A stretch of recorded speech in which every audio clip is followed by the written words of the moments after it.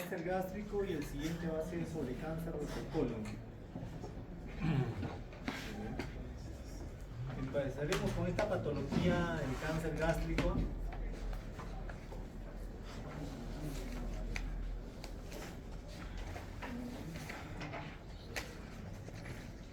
Que aproximadamente va a afectar en Perú de 2 a 3 personas por 100 habitantes en algún momento de su vida.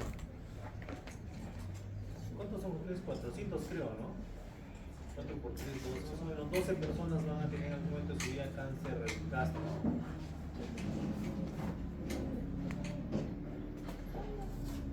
Muy bien, empezaremos con algunos datos estadísticos sobre esta patología de cáncer gástrico.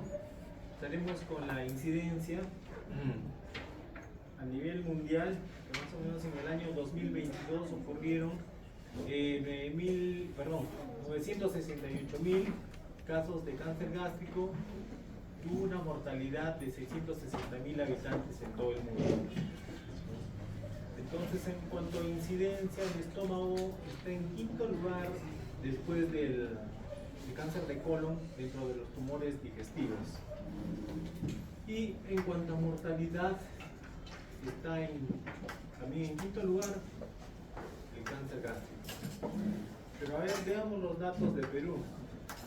El año 2022 hubieron un total de 72.827 casos de cáncer en general. Y en el Perú se dieron 35.634 defunciones por cáncer en el Perú. Entonces, vamos a ver para el estómago cómo corresponde. Aquí tenemos en esta parte inferior que el estómago está dentro de los primeros tres cánceres en el Perú, el cáncer de estómago. Si separamos por sexo, en varones es el primer cáncer que lleva a la muerte en varones, antes era el de próstata. Y en cuanto a mujeres, es el segundo cáncer como causa de defunciones en el Perú, el cáncer de estómago. Muy bien. Aquí, bueno, como les dije, ¿no? En varones, en cuanto a incidencia, está en el segundo lugar, y en las mujeres está en tercer lugar. Pero si contabilizamos ambos sexos, está en tercer lugar el cáncer de estómago, después del de próstata y de mama. Esto es en cuanto a incidencia, nuevos casos por 100.000 habitantes por año. Este es el dato preciso.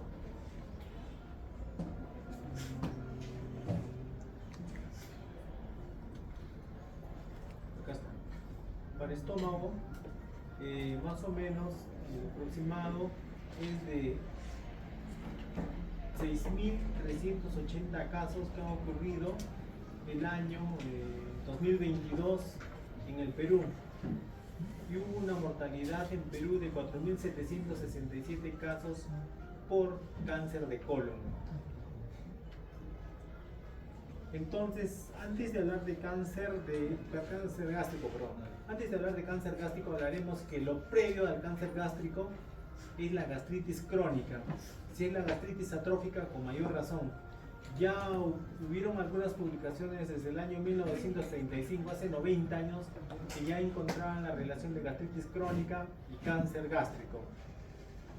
Dentro de los mayores investigadores en las últimas décadas sobre cáncer gástrico, está acá el doctor Pelayo Correa, el de la Cascada de Correa, colombiano, y el doctor Massimo Rulle, italiano, y más ha explorado e investigado sobre cáncer gástrico en los últimos 20 años.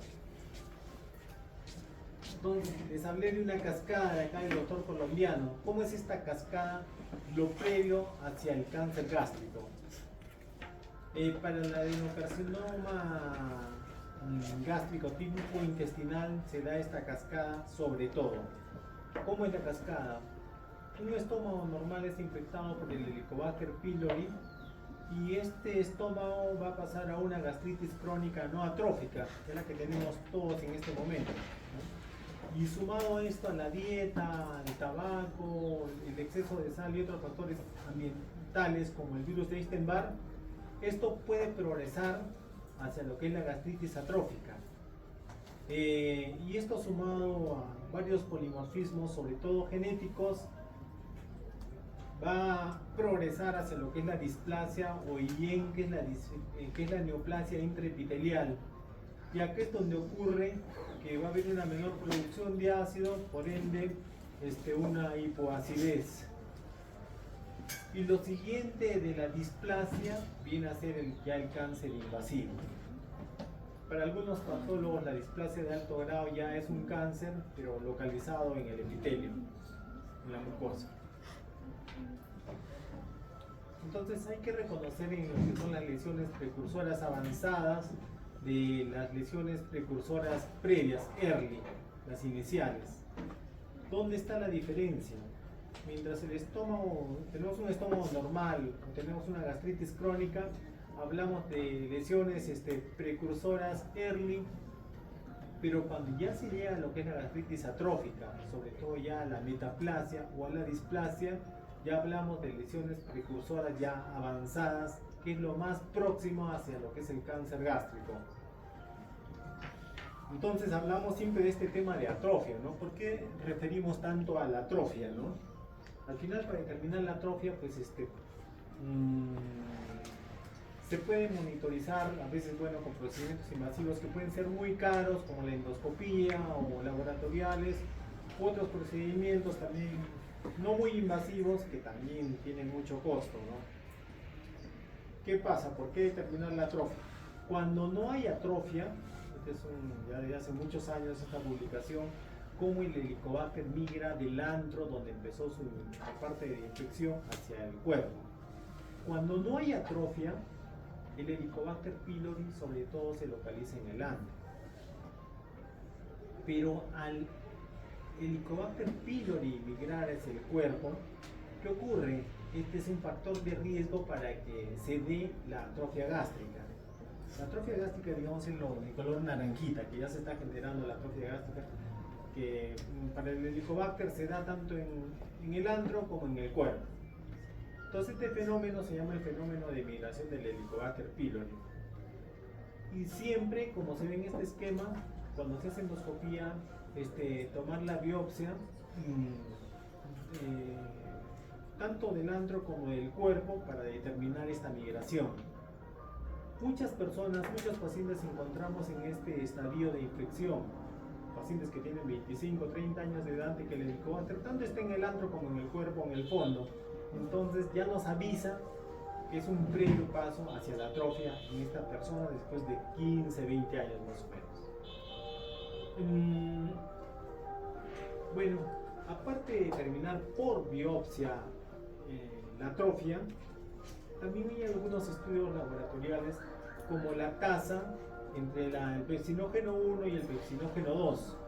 Cuando hay atrofia, el afectado es el pepsinógeno 1. Normalmente esta relación es 3 o más, pero cuando esta relación es de menos de 3, ya estamos hablando que ese estómago está progresando hacia la atrofia. Y esto lo hace cualquier laboratorio aquí en Arequipa. Tenemos algunos otros datos también endoscópicos que nos pueden indicar atrofia, como son las visualizaciones de Kimura Takemoto endoscópicamente.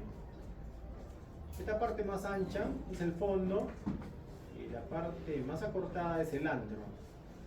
Y esta línea discontinua es la incisura. ¿Qué pasa? Cuando nosotros observamos atrofia endoscópicamente, si la atrofia solo está en el antro, hablamos de una atrofia C1, o sea, casi algo muy básico.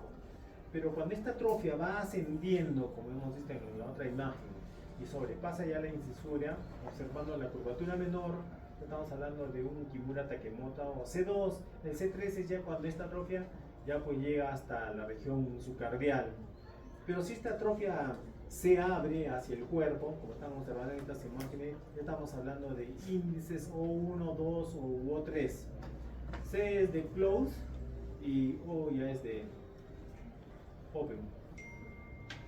Para que se visualice mejor la imagen, porque es importante saber esto, porque a la mayoría de nuestros familiares nos hacen endoscopía y el gastroenterólogo debe hacer su informe de Kimura Takemoto a todo paciente, ¿no? Ya visto de perfil lo mismo, ¿no? C1 es cuando solamente la atrofia abarca en el ano. Si ya sobrepasa la incisura, estamos hablando de C2, si ya llega hacia la región subcardial ya de C3, ya si se expande de forma abierta, ya pues el O1, el O2 o 3, visto de perfil y visto también del lado frontal.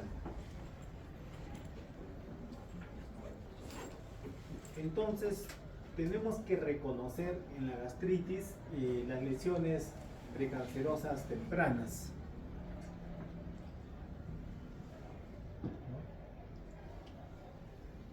Tenemos una imagen, por ejemplo, ¿no? La atrofia no se va a dar así por así, ¿no? Es igual, ¿no? Las serpientes buscan un terreno adecuado para que sea su ambiente biológico óptimo. Igual va a ser con la metaplasia, con la displasia, para que ocurra eso, ¿no? Entonces miren esta siguiente imagen, que las dos principales formas de gastritis que puede haber como lesiones tempranas, ¿no? Este es el Helicobacter pylori, y esta es la respuesta inmune de una persona. El Helicobacter pylori genera la gastritis crónica, atrófica, multifocal en todo el estómago. La gastritis autoinmune solamente se afecta en el cuerpo y fondo del estómago y generando una atrofia localizada en el cuerpo y en el fondo del estómago con todas las características clínicas, ¿no? De la anemia tipo, la anemia perniciosa, por déficit de ¿qué vitamina? B12. Exacto. En esta gastritis autoinmune la vamos a diagnosticar tanto por los resultados de biopsia que tenemos tanto del ano como del cuerpo, pero también solicitando unos autoanticuerpos, ¿no? Contra el factor intrínseco y contra las células parietales. El más frecuente de encontrar son los autoanticuerpos contra las células parietales. Entonces, ¿qué pasa en esa mucosa, ¿no? Que va a progresar hacia una atrofia? Este es digamos, la superficie de un estómago normal con sus glándulas adecuadas, pero cuando estas glándulas disminuyen de tamaño o disminuyen en número, estamos hablando ya de una gastritis atrófica. Pero cuando estas glándulas son reemplazadas por otros tejidos como la metaplasia intestinal, estamos hablando de la gastritis crónica atrófica metaplásica. Acá en otro tipo de imágenes. Acá vemos, por ejemplo, un árbol, se está poniendo de ejemplo un árbol nativo, ¿no? Y este árbol, si disminuye la cantidad de ramas, hojas, estamos ya empezando una gastritis atrófica no metaplásica, porque no hay reemplazo del epitelio por otros epitelios. Pero cuando ya hay reemplazo por otros epitelios, ya hablamos de la gastritis crónica atrófica metaplásica, que por lo general es la metaplasia tipo intestinal, pero hay otros tipos de metaplasia como la SPEM, que es una pseudopilórica, que ya vamos a ver más adelante. Entonces, ¿cuáles son las condiciones precancerosas en cualquier paciente? La gastritis atrófica, que ya le hemos diagnosticado, por ejemplo. De repente el paciente también viene por una anemia perniciosa, de repente viene por la formación de pólipos, lesiones en el estómago, o algunos ciertos tipos pólipos gástricos, sobre todo los adenomatosos, que son los que tienen mayor potencial maligno. Hay pólipos también de glándulas fúngicas u oxínticas que no tienen mayor riesgo hacia el cáncer. Esos pólipos de glándulas oxínticas o fúngicas se generan por el excesivo uso de los omeprazoles. No olvidar. Que es una hiperplasia de las células enterocromafin-like. Muy bien. Entonces, ¿qué hacemos ante la gastritis crónica atrófica? Debemos usar scores para darle un puntaje a esa gastritis atrófica. Hay varios scores. El Olga es el más usado aquí en Sudamérica, Latinoamérica. Hay también otro score, el Olgin. Pero el Olga les voy a explicar lo sencillo que es. Según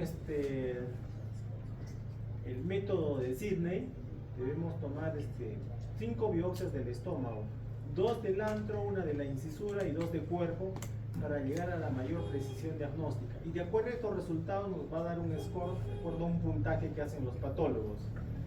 Cuando el puntaje es de 3 en nuestros pacientes o 4, son pacientes que tenemos que tener mucho ojito con ellos, porque ellos pueden desarrollar en un futuro un adenocarcinoma. Entonces, miren, antes de que ocurra el cáncer, ¿cómo podemos ubicar los grupos de riesgo, ¿no? Con este score de Olga? Mientras mayor es el puntaje en el score de Olga, más cerca estamos a desarrollar el cáncer. Entonces, este es nuestro grupo que debe tener una vigilancia de acuerdo a la edad, de acuerdo a los datos de patología. Por eso, todo paciente culto nos pregunta a nosotros los gastroenterólogos, ¿no? Y mi gastritis que usted me ha diagnosticado, ¿va a ir al cáncer? ¿Cuál es su riesgo? Entonces, usando el Olga les podemos explicar al paciente cuál es su riesgo, ¿no? Y este Olga siempre se relaciona con, casi siempre en el 90% de los casos, con la infección por el Helicobacter pylori, ¿no?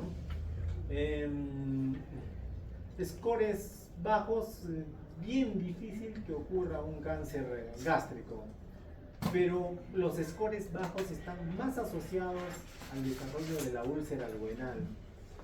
Por eso los pacientes que desarrollan una úlcera duodenal es extremadamente raro que ese grupo, alguno de ellos, desarrolle el cáncer gástrico. Bueno, scores altos nos indican que sí es un factor predictivo asociado al cáncer gástrico, hay que tener vigilancia con ellos, ¿no? Y estos scores altos se desarrollan también mucho con la generación de las úlceras gástricas.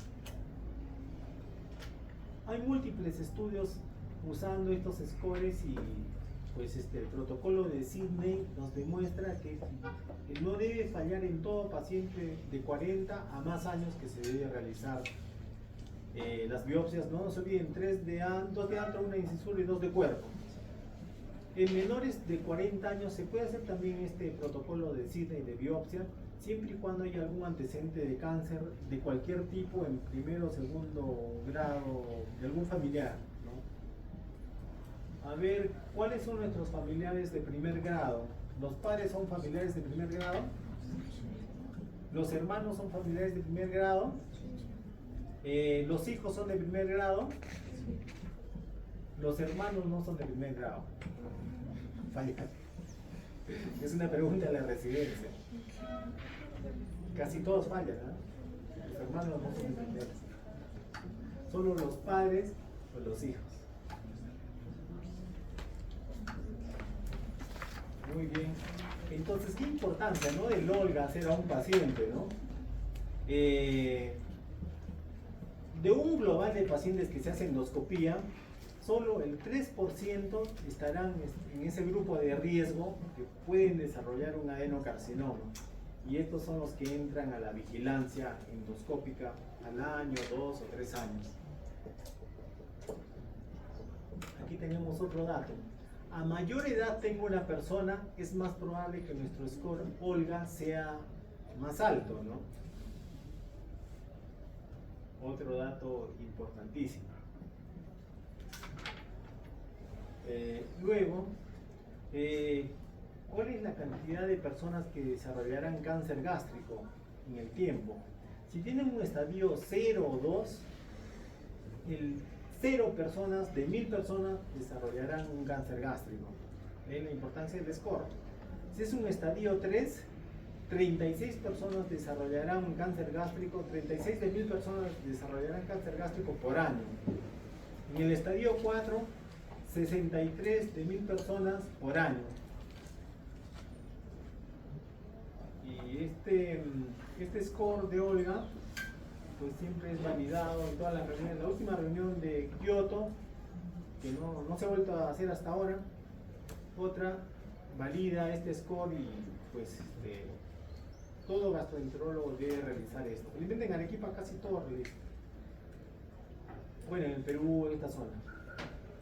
Y acá está lo de Kioto, ¿no? Que la recomendación de realizar el Olga o el Olgin, pues no hay ninguna duda, ¿no?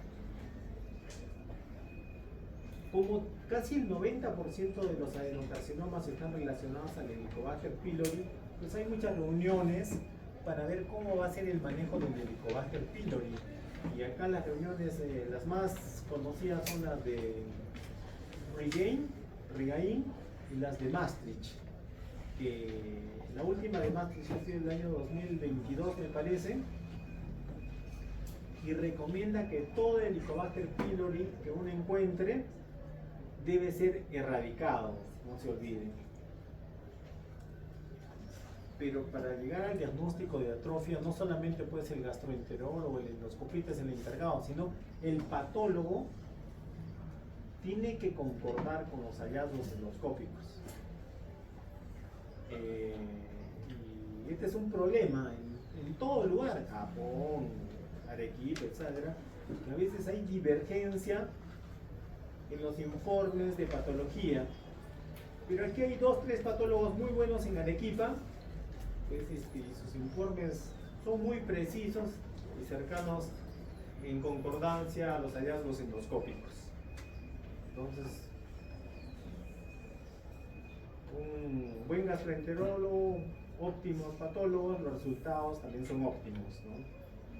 Bueno, y sobre esto del Olga o el estadio de todo tipo de gastritis, pues se han hecho muchos estudios, de los que, bueno, puedo mencionarles en los cuales he intervenido, en el año 2018, que es una prioridad de todo gastroenterólogo hacer el estadio de la gastritis que está observando, ¿no?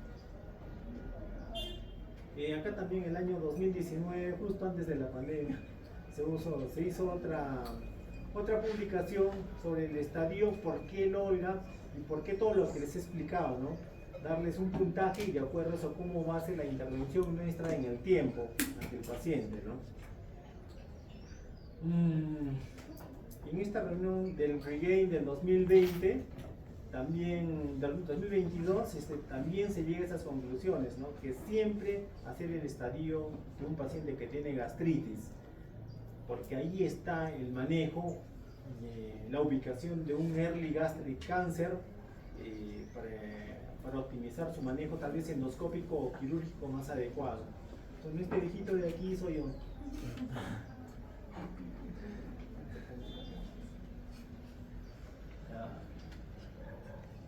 Luego, bueno, hemos hablado de las condiciones, las lesiones entonces como un repaso, ¿no? Las condiciones precancerígenas, una infección por el Helicobacter pylori, una gastritis autoinmune, síndromes que puede tener el paciente, ¿no? El Li-Fraumeni, ¿no? Síndromes hereditarios de mama, ¿no? Como el CMA1 o el CDH1, el síndrome de Lynch, que también está relacionado al cáncer de colon, miren, el MUTI, la poliposis adenomatosa familiar, el síndrome amartomatoso, el PTEN, también, ¿no? Y mediante el Olga o el OLG, ubicar lesiones precancerosas early, ¿no? Antes de que se dé el cáncer, ¿no? Y tal vez, mediante la misma endoscopía, ver algunas lesiones y determinar si hay displasia, que es el IEM o la neoplasia intraepitelial, que es un término que usan los europeos, pero displasia es más usada en Norteamérica, en Japón. Si la displasia es de bajo grado, pues hay que observarlo el paciente al año, pero si es una lesión de alto grado y es observable por endoscopía, días siguientes debe programarse su mucosectomía o disección submucosa. Si informan que es una displasia, pero no hay ninguna lesión, el paciente a los 6 meses debe repetirse una endoscopía. O sea, todo lo que les estoy explicando es como un juego que estamos haciendo los gastroenterólogos, es como nuestra PlayStation, que algunos tienen ese vicio, ¿no? Aún, ¿o no? Entonces, todo paciente, por los síntomas, pues debe ser evaluado, hacer algunos estudios serológicos, tal vez iniciar una terapia, verlo, tal vez por la edad, los antecedentes, realizar una endoscopía alta, tomar las biopsias de acuerdo a Sidney, hacerle su estadio, individualizar cada caso, ¿no? Y tener una estrategia de prevención, ¿no? Para que no lleguemos al cáncer como muchos personajes que conocemos, ¿no? Que han llegado al cáncer gástrico. Don Ramón, algunos papas. ¿Quién es él? Napoleón, que casi seguían una línea de padecimientos de cáncer gástrico en la historia, ¿ya? Los síntomas pueden ser diversos en el cáncer gástrico, pero si los síntomas que tiene el paciente son de alarma, por ejemplo, baja de peso, hematemesis, melenas, un dolor abdominal que no pasa, llenura precoz, ¿no? O vómitos persistentes, lentitud postprandial, pues estos pacientes, si los síntomas ya son por el cáncer, la verdad que ya es un cáncer avanzado. Por eso tenemos que evitar esto, ¿no?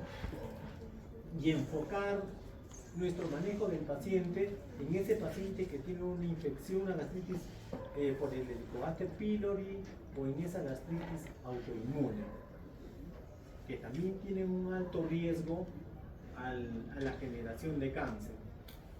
Por ejemplo, ¿no? He estado hablando hace un rato de las gastritis autoinmunes, que es en el fondo, en el cuerpo, la afectación sobre todo, con su diagnóstico con los autoanticuerpos de células parietales, factor intrínseco, niveles de vitamina B12, niveles de hierro, la serología por el Helicobacter pylori y su endoscopía respectiva. Los pacientes con gastritis autoinmune, que no es infrecuente observarlo, sobre todo para las personas que tienen más de 60, 65 años, estos pacientes pueden desarrollar el adenocarcinoma si hay el antecedente de alguna infección por el Helicobacter pylori.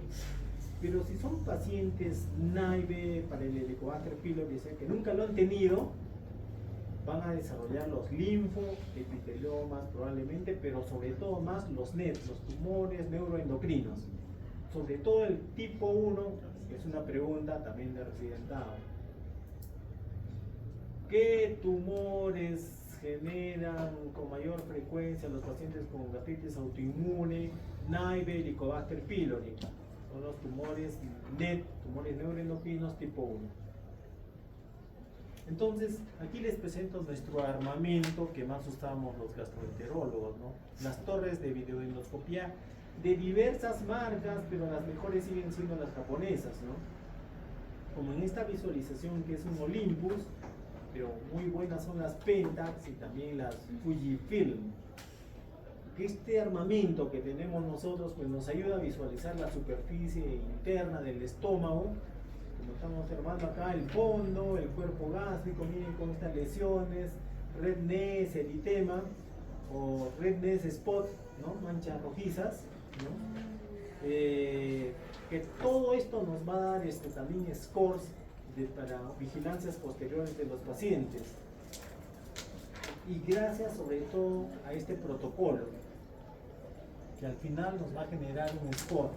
Estas son las biopsias que se toman del estómago en toda persona de 40 más años, pero puede ser antes, como ya les dije, si es que hay antecedentes de cáncer de cualquier tipo. 2 del antro, 1 de incisura y 2 del cuerpo. Entonces el 90% de los cánceres gástricos están relacionados a esta bacteria hermosa, el Helicobacter pylori. Este Helicobacter pylori pues, va a anidar en la capa mucosa del epitelio mucosal gástrico y va a generar inflamación crónica. Y toda inflamación crónica está relacionada a cáncer, ¿no? Una pancreatitis crónica, una artritis crónica, una hepatitis crónica, una cervicitis crónica, una prostatitis crónica. Al final el resultado es el cáncer, ¿no? Todo por la inflamación crónica, ¿no? Y esta inflamación que está relacionada pues a muchas citoquinas por el Helicobacter pylori, sobre todo por algunos serotipos de Helicobacter pylori, es su relación con el cáncer gástrico. Probablemente nosotros el 70% tenemos el Helicobacter pylori, pero no ese 70% va a ser un cáncer gástrico, ¿no? Ni siquiera el 1% de los presentes. Pero hay algunos tipos de Helicobacter que les voy a explicar que sí están relacionados. Entonces miren lo que hemos hablado de las atrofias, ¿no? La gastritis difusa antral, sobre todo por el Helicobacter pylori, para que no se olviden, la autoinmune sobre todo en el cuerpo y en el cóndeo, que también se llama gastritis tipo A o autoinmune, o la gastritis atrófica multifocal metaplásica relacionada al Helicobacter pylori. Pero no es así de simple, ¿ya? Por ejemplo, este modelo explica mejor, porque aparte de lo que les he hablado, puede haber una superposición. Por ejemplo, un paciente con gastritis crónica atrófica multifocal, pero también a la vez es autoinmune. Y esto es frecuente encontrar en personas mayores de 60 años. Porque a mayor cantidad de años que tengamos, es mayor el riesgo a generar enfermedades autoinmunes. No olvidar eso. No olvidar eso, igual el estadiaje, ¿no? Estadio 3 y 4, que son los que están más próximos a desarrollar el cáncer. Y esta cascada, que ya está con una terminología más de esta zona, ¿no? Que todo se inicia con el Helicobacter pylori. El papel del Helicobacter pylori está al inicio de la generación de la gastritis crónica. Después, cuando ya hay la atrofia, ya hay la metaplasia, la displasia, el Helicobacter pylori ya no tiene ningún papel. Son otras bacterias que ya entran acá en la fisiopatología del cáncer gástrico. Generalmente son las bacterias que tenemos en la cavidad oral.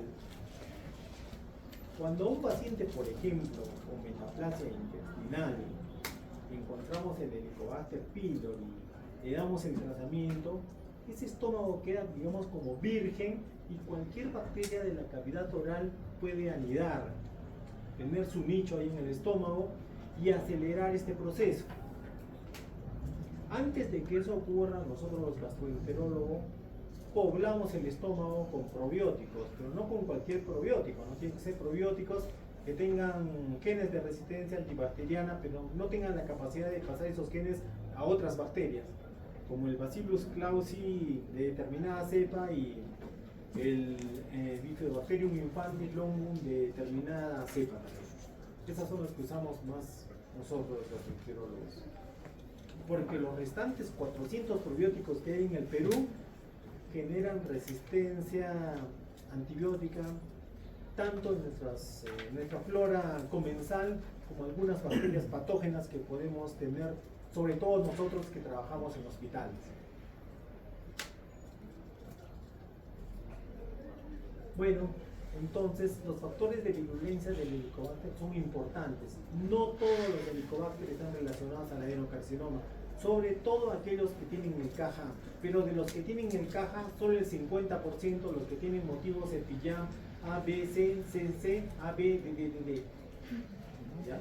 O que tienen el factor de virulencia, el baja, pero el S1 y el I1, sobre todo para el adenocarcinoma tipo intestinal. También hay otros factores de los hospederos que son los polimorfismos de las citoquinas, como están observando las citoquinas, que todo tiene que ver esto con la inflamación, que al final con la autoinmunidad. Y los factores ambientales, donde está la sal, el tabaco, las carnes rojas, el alcohol. Ahora ya se sabe no solo la obesidad, sino desde el sobrepeso aumentamos nuestro riesgo a diversos tipos de cáncer, sobre todo próstata, colon, estómago y páncreas, pero puede ser a cualquier tipo de mama, por ejemplo, desde el sobrepeso. Por eso siempre recomendar tener un peso ideal para los pacientes, ¿no? Y el uso de inhibidores de la bomba de protones, que también tiene su papel en el cáncer gástrico, que hay que saberlos usar para no hacer daño al paciente, ¿no? Entonces, al final, toda enfermedad es el resultado de los factores del patógeno, de los factores del hospedero, de los factores ambientales, ¿no? Para el Helicobacter pylori, la dieta, la genética que hemos recibido, el Helicobacter pylori, ¿no? Que tiene acá un papel muy importante para el cáncer gástrico, ¿no? Y hay diversos modos de determinar si el Helicobacter pylori que tenemos o el paciente tiene está relacionado o no al adenocarcinoma, ¿no? Estudios tanto en base a estudios endoscópicos de la biopsia, haciendo una serie de análisis de multiplataforma, o asimismo de las biopsias mismas gástricas que tenemos. Al final, damos muchas recomendaciones, la dieta, el ejercicio, el peso, etcétera, pero esas recomendaciones deben estar dadas inclusive desde antes de la concepción, durante el embarazo, durante nuestra niñez y todo el resto de la vida. Al final de la vida somos el resultado de la vida que hemos llevado, del peso que hemos llevado, de la dieta que hemos llevado y sobre todo de lo que hemos heredado. Y contra eso no podemos hacer nada. Hasta ahora. No sé si han escuchado, pero los chinos ya han avanzado. Digamos que yo tengo el gen CDH1 mutado, que he heredado de alguno de mis padres, ¿no? Los chinos ya están, ¿qué se puede decir?, reparando los genes mutados heredados a través de infecciones con adenovirus. O sea, cómo ha avanzado, ¿no?, todo esto de la tecnología genética, ¿no? Pero aún no está probado. Bueno, como les dije en la práctica de la mañana, por razones religiosas, políticas y económicas sobre todo. Pero ya ustedes van a ver eso, ¿no? Van a dar una receta, ¿no? Inféctese con este adenovirus, por su APC, su CDH1, etcétera, ¿no?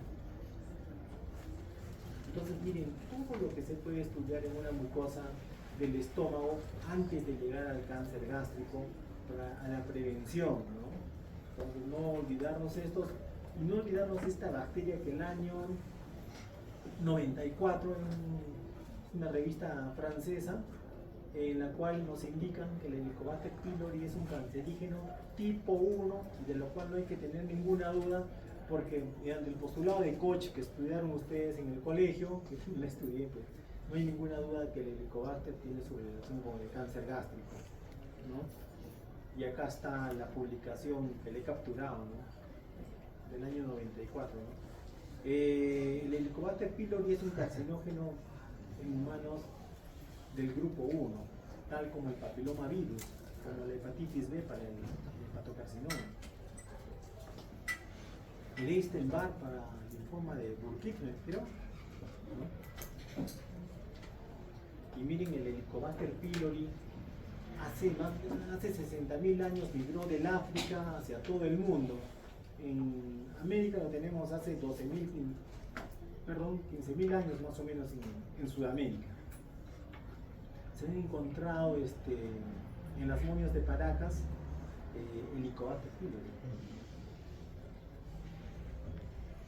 Y el Helicobacter pylori pues tiene muchos tipos de poblaciones, como estamos observando, ¿no? La amerindia, la europea, la africana, Asia, subtipos del Asia, del este de Asia, la africana, son varios tipos que tiene el Helicobacter pylori, ¿no? Y de acuerdo a cada zona se puede determinar sus factores de virulencia. Acá como un pequeño repaso del daño que hace el Helicobacter pylori en las células epiteliales cuando ya está anidando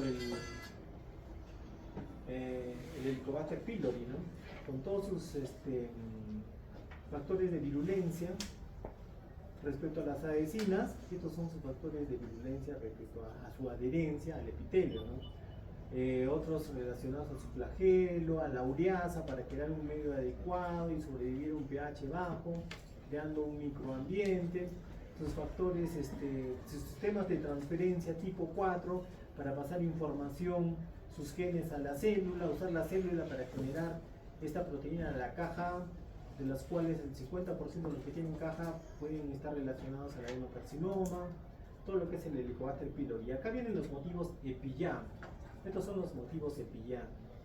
Si un Helicobacter pylori en los estudios genéticos tienen los motivos EPIYA, como les dije, el A, B, C, se repite, este es el Helicobacter que sin ninguna duda va a generar un adenocarcinoma en el paciente. Este es para los tipos de esta zona, ¿no?, Europa, América. Pero para el este, los motivos EPIYA son los ABD.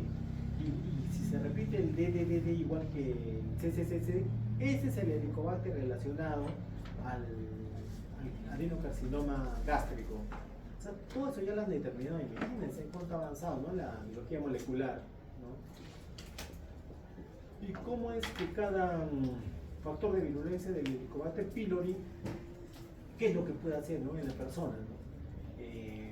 Alterar los genes de vigilancia del ADN, inhibir la apoptosis, o sea, va a seguir la reproducción celular, va a aumentar la cantidad de células en el futuro tumor, ya en el tumor, ¿no? La destrucción de las C-caderinas, que son las uniones de célula a célula, también intervención en las cateninas, ¿no? Cambios epigenéticos o epimutaciones en este gen del CDH1 para el cáncer gástrico. Otra cosa es ya un gen mutado, el CDH1, inestabilidad cromosomal. Son varios datos que nos pueden dar, ¿no? Estos motivos cepilla no es exclusivo del Helicobacter pylori, con otras bacterias también que pueden tener motivos cepilla. Y no nos olvidemos del factor de virulencia vacuolizante, sobre todo relacionado al adenocarcinoma tipo intestinal. Estos pues no son microscopía electrónica. Entonces, si un BAC-A, por ejemplo, tiene estos factores, por ejemplo, que son poquísimos los helicobacter que tienen esta región D, este está relacionado al adenocarcinoma tipo difuso del Helicobacter pylori, generado por el Helicobacter pylori. Pero recién se sabe eso, que el Helicobacter pylori también es capaz de generar adenocarcinoma tipo difuso, si el que tiene el factor de virulencia BAC-A y que tiene la región D1. Acá tenemos también otra imagen de cómo los factores de virulencia del Helicobacter pueden generar el cáncer gástrico, ¿no? Es lo mismo que la imagen anterior. Es lo mismo. Y no nos olvidemos, aparte del Helicobacter pylori, del virus de Epstein-Barr, que sobre todo lo conocemos pues por el linfoma de Burkitt, pero puede generar en cualquier superficie o epitelio cáncer. Acá está el epitelio, por ejemplo, de la garganta, ¿no? De la orofaringe, cómo puede generar también tumores a nivel de las vías aéreas superiores, el Epstein-Barr. Pero también lo mismo en el epitelio gástrico puede generar el Epstein-Barr. Y estos tumores que generan esa transformación oncogénica vienen a ser los tumores, los adenocarcinomas relacionados al Epstein-Barr, pero también los linfoepiteliomas, que es otro tipo de tumor gástrico, que sobre todo ocurre en las cicatrices de un estómago operado, ya sea por una úlcera péptica o por una manga gástrica. En esa cicatriz de la manga gástrica que está tan en boga, ¿no? Puede generarse o un adenocarcinoma o un linfoepitelioma si la persona tiene el Epstein-Barr relacionado al linfoepitelioma. Igual acá, ¿no? Todo lo que tiene que ver la fisiopatología del virus de Epstein-Barr. ¿Qué es lo que ocurre?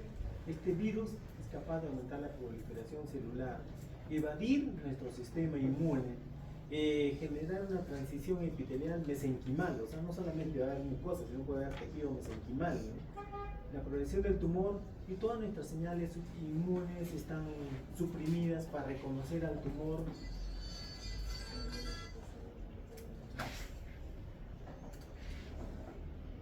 Ya. Entonces, muchas clasificaciones actuales moleculares del estómago ya consideran al virus de Epstein-Barr como un agente del adenocarcinoma gástrico.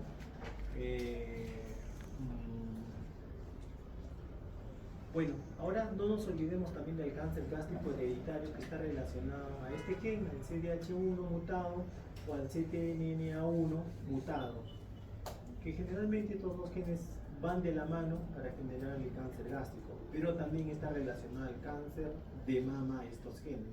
Estos genes, ¿dónde actúan? alterando las beta-cateninas. Si se alteran las beta-cateninas, todas las E-caderinas no van a funcionar adecuadamente y este espacio intercelular de las células epiteliales va a ser más amplio y cualquier noxa puede ingresar con facilidad hasta la submucosa. Hasta el Helicobacter pylori y acelerar imagínense, ya tiene uno ya los genes mutados y además del Helicobacter pylori pues empeora, ¿no?, la situación de los pacientes. Acá, claro, como estas caderinas son, ¿qué se puede decir?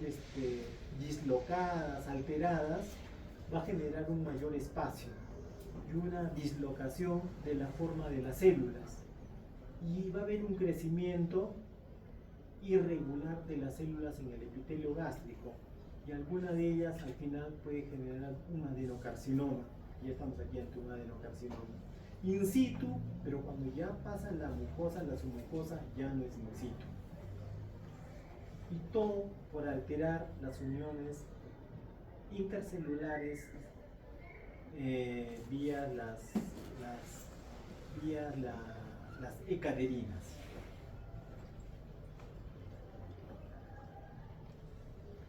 Miren cómo ocurre esto, ¿no? Ya con un corte del epitelio gástrico, ¿no? Normalmente es de una capita nada más el epitelio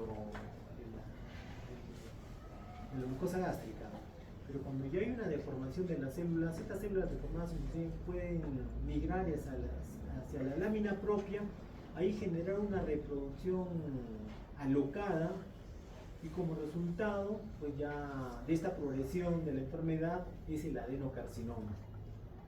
Acá vamos a observar algunas lesiones relacionadas al adenocarcinoma tipo difuso familiar CDH1 sobre todo. Se hace una gastrectomía profiláctica a un paciente que tiene el CDH1 que ha heredado mutado. Y al estudiar toda la pieza anatómica del estómago, no solo en un punto se encontró el adenocarcinoma tipo difuso relacionado al CDH1, sino en este caso más de 25 o 26 puntos, observen, de adenocarcinomas en un paciente que no tenía ninguna sintomatología. Por eso la profilaxis en esta enfermedad hereditaria es mandatoria. Nosotros por endoscopía vemos así unas lesiones insignificantes en los pacientes que tienen CDH1 mutado. Generalmente son lesiones pálidas, algunas son estrelladas, pero igual, sea como fuese la lesión, antes de que se genere el adenocarcinoma, la profilaxis, la gastrectomía profiláctica. ¿A qué edad? Se determina de acuerdo al caso, ¿no? Y también lo que acepte el paciente, pero por lo general es entre los 38 y 40 años la profilaxis, la gastrectomía profiláctica. Este cuadro es muy interesante porque acá está la clasificación de Lauren, que todos lo conocen, de Lauren, tipo difuso, intestinal y otros subtipos que tiene. Y si uno sigue este círculo, pues podemos separar ya y hacer las clasificaciones moleculares del cáncer gástrico, ¿no? Por ejemplo, las cromosomales, las de inestabilidad cromosomal, las genómicamente estables, las relacionadas al Epstein-Barr, ¿no? Todo esto podemos relacionarlo, englobarlo en un solo círculo. Esta imagen me ha parecido genial para entender lo del cáncer gástrico.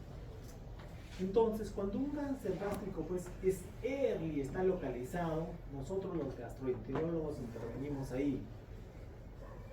Generalmente en lesiones que no llegan a los 30 milímetros, que estamos seguros que sea solamente epitelial, pero cuando ya es subepitelial además, siendo un early, la probabilidad de metástasis ya es de un 25 al 30% y muchas veces lo dejamos ahí. ¿Cómo determinamos hasta dónde va la lesión? Mediante la ecoendoscopía, que felizmente tenemos en Arequipa, ¿no? Para determinar hasta dónde está la lesión. Si es solo en el epitelio, o ya es más profundo ya en la submucosa. Si es en la submucosa, mejor no hacer nada. Peor si la lesión ya está ulcerada o erosionada. ¿No? Pero la gran mayoría de los cánceres, el manejo va a ser quirúrgico, el cáncer gástrico. A veces con una terapia neoadyuvante, una previa o terapia adyuvante posterior a la cirugía, de acuerdo a la escuela. Generalmente en la escuela europea, americana, primero la cirugía y después la terapia adyuvante en esta zona del mundo. ¿No? Hay una terapia ya también que se da en los pacientes, una terapia paliativa con anticuerpos monoclonales que se puede dar también en el cáncer gástrico, pero es paliativo el tratamiento. Generalmente para aumentar su expectativa de vida para cáncer gástrico más o menos unos 6 meses en promedio, y están basados en el ER2. El ER2 es el factor de crecimiento epidérmico, también tiene ese nombre. Se puede hacer algo, quimioterapia más algunos anticuerpos monoclonales, pero la sobrevida lamentablemente no es muy importante, promedio 6 meses con los mejores esquemas, inclusive esquemas anti-PD1, y ya estamos hablando ya del sistema inmune, ¿no? Muy bien, vamos a pasar ahora al segundo tema, y al final